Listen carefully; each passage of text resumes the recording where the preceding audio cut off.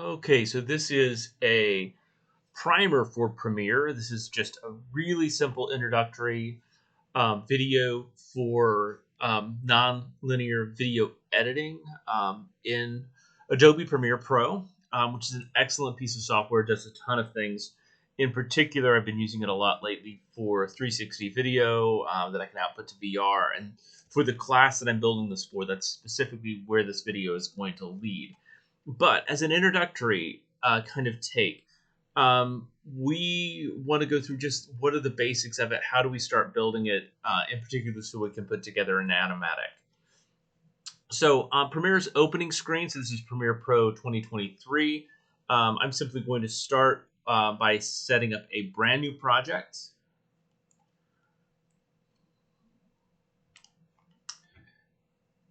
And I need to establish a few things. Premiere is going to make some monstrous files for us, just in terms of size. So you need to kind of know where you're saving things, know that it's going to build and delete these cache files for your videos. And videos, if you haven't worked a lot with video, these become fairly large files. So you need to know sort of where you're sending things, where they're being saved. So this one's just going to be called Animatic Test 2. Its location, I'm going to send to my desktop just so I know I can delete it later. So I'm going to create a new folder and also call it Animatic Test 2 and select folder. So this gives me both the name of my project and where all the files are being saved. And I'm going to click Create. Now for Premiere, obviously it's very advanced, it's very flexible. But right now I haven't really selected any presets. Everything is just sort of vanilla. Nothing knows what it wants to be yet. And how Premiere is set up, if you're a beginning user and you're not comfortable with establishing a lot of presets, things like that, the very first piece of media that you bring in is the most critical. Okay, so let's talk about that really quickly. I'm going to do an animatic, again, so it's a set of stills set to music, right, to build a story, what a movie or an experience is going to become. And I have this set of renderings out of Twinmotion on this site that I'm looking at right now. Completely unrelated project, but they're handy to use.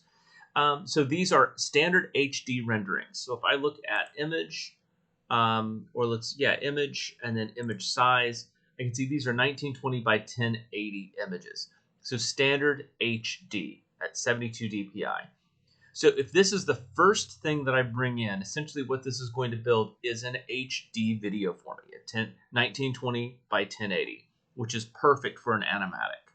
Okay, so if I'm bringing in 360 video, it is going to immediately set all my defaults in Premiere to that 360 video. So that first piece of data that you bring in, that first piece of media that you bring in to Premiere is really critical if you're a beginning user, okay?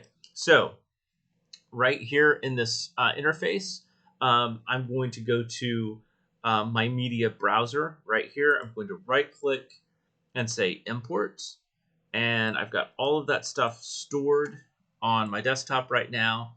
So I'm just going to grab a couple of these things. So I'm going to grab crossslope.png, looks down, groovy trees, and those will be the three that I work with.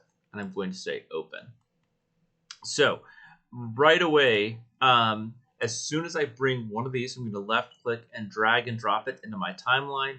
It is going to establish a 1920 by 1080 video. So this isn't like Photoshop. It's just everything is moving. It's given me a default video length. If I drag, this is called the shuttle. If I drag my shuttle right here to the end of right at 5 seconds, 4 seconds and 29 frames. So this is assuming 30 frames per second, which is perfectly fine. If I want to extend this out a little bit longer, like let's say I want to do 3 clips, so these 3 different images in sequence, and I want each one of them to be 10 seconds long. Got a couple of options to do that. I can simply select the clip in my timeline, left click and drag that out to approximately 10 seconds. let's go right here. So I've extended that 5 seconds. If I drag this to the end, it should be right about 10 seconds. My take on video editing, by the way, I'm going to get things close. The real precision comes when I start adding music, like getting transitions, things like that to happen in time and in rhythm with music is where things become really nice. So I'm just going to stack these 3 different images from my timeline, or from my media browser, rather, right here. I'm going to make each one of them about 10 seconds long. So let's grab the last one, the snowy one.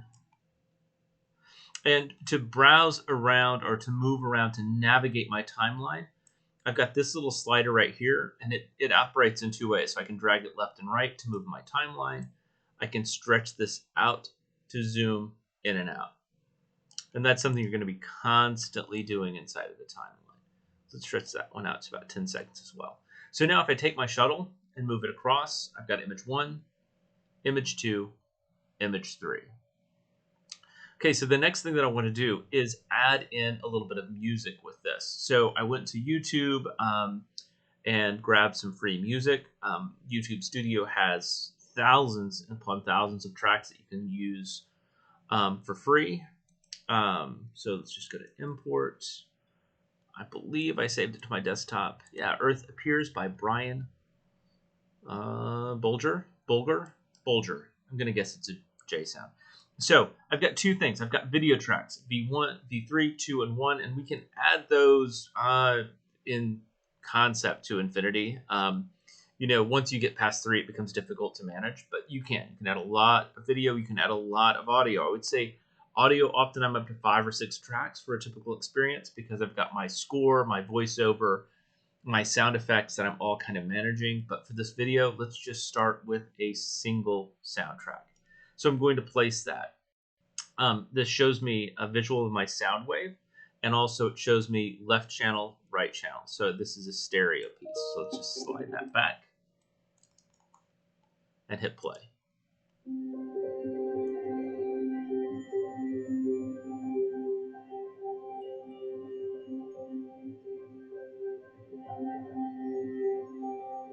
So I've got this kind of coming together. Happy with how it looks. Just for the sake of this video, let's shorten this down so we don't have to wait quite so long. So I'm going to pull this down to maybe about 5 seconds or so. Let's pull that in. Let's pull that in. And zoom out really quick. Pull that in. So the next thing I need to do is I need to look at this transition from one to the next. So typically in film, unless it's Star Wars, we have just a really standard hard cut from image to image. So that's a hard cut, right? It goes from one thing to the next. And that's what we're used to seeing in film. In VR, which is where we're headed, that is a really harsh transition to have. And why I mentioned, other than Star Wars has just these weird groovy wipes across the screen and things like that. It's a Lucas thing. That they've kind of held on to. So there are a lot of different video transitions that we can do, including ones based around VR. Let's look at sort of what not to do. Right. So let's do a wipe. And why I say not to do these. We don't necessarily want to do Star Wars, right? We're not George Lucas. But this gives me an idea of a transition place to place. And while that's kind of nifty and exciting, it's a little bit like PowerPoint transitions. If you use the wrong one at the wrong time, it just looks ridiculous. So my vote is to almost always keep the transitions simple. Just because they're here doesn't mean you should use them, especially when you're learning how to do this stuff. Once you get George Lucas money, go to town with them, right? Okay, so let's hit clear on that. 99.9% of the time, video transitions dissolve. For VR, we're going to use the standard cross dissolve. Notice it's not even really an immersive video thing, right? The standard cross dissolve is going to work great. So what this does is simply gives you a fade, one to the next. And that ensures that it's not really harsh or jarring in VR, especially in terms of the transition of light and the transition of space. So at this point, I can hit play.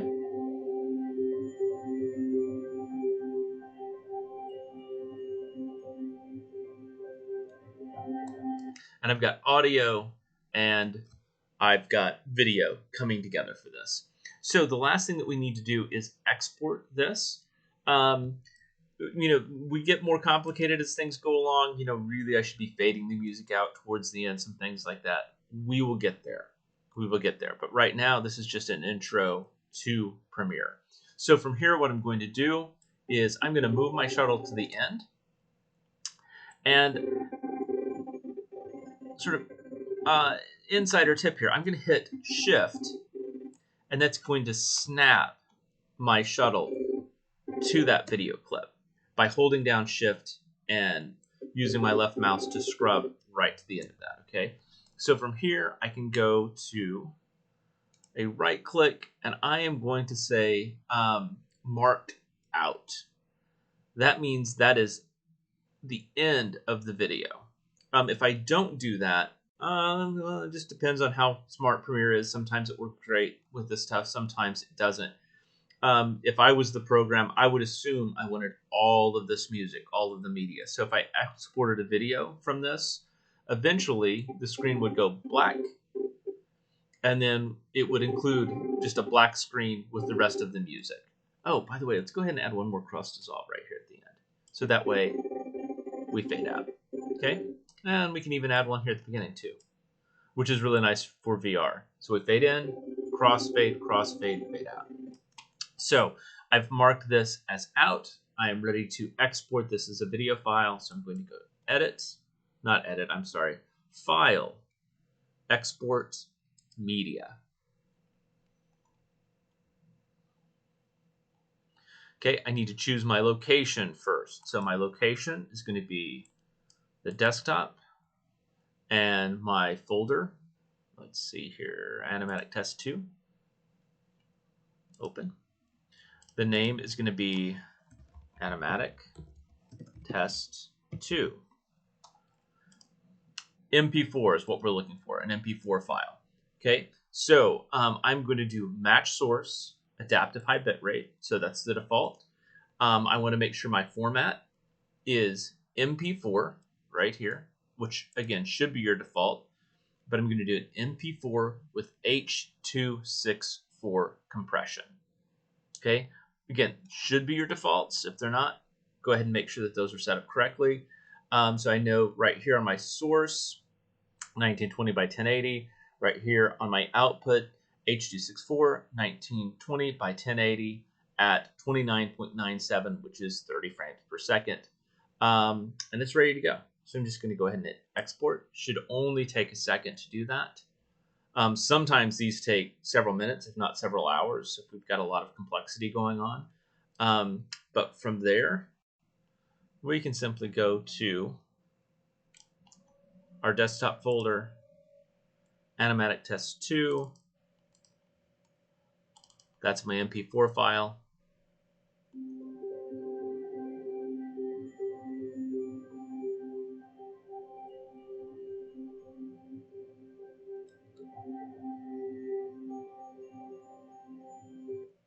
All things considered, easy peasy. All right, so that's your introduction to Premiere. Dive in, build those animatics. We will get more and more advanced as the semester goes along.